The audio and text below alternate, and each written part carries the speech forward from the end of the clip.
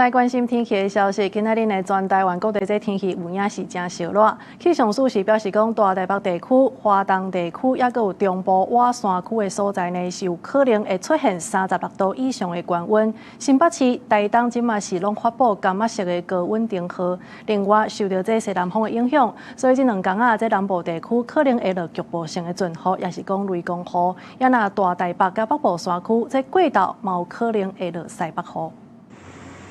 這幾日各地天氣攏真燒熱，各地高溫大約是32至35度。大台北地區、華東地區、甲中部外山區，可能會出現局部36度以上的高溫。可是，在上午還沒有下雨之前呢，各地的高溫都可以來到32到34度，尤其在大台北地區、東半部地區啊，還有中部彰化這些地方，可能都還是有局部36度高溫出現的情形。外島也都會有31到33度的高溫的情況。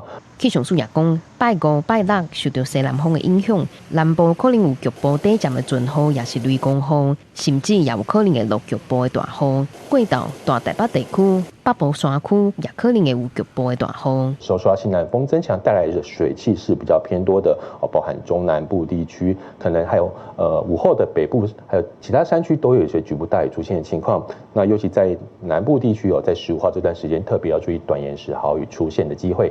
氣象署提醒，拜六之前是年度的天文大流，東北部甲嘉義以南沿海的地區要注意海水倒擊。另外，第17號輕度的風颱南卡，目前在台灣東邊2500公里遠，未來應該會行向日本，對咱台灣無影響。記者關佑基、曾俊佑台北報道。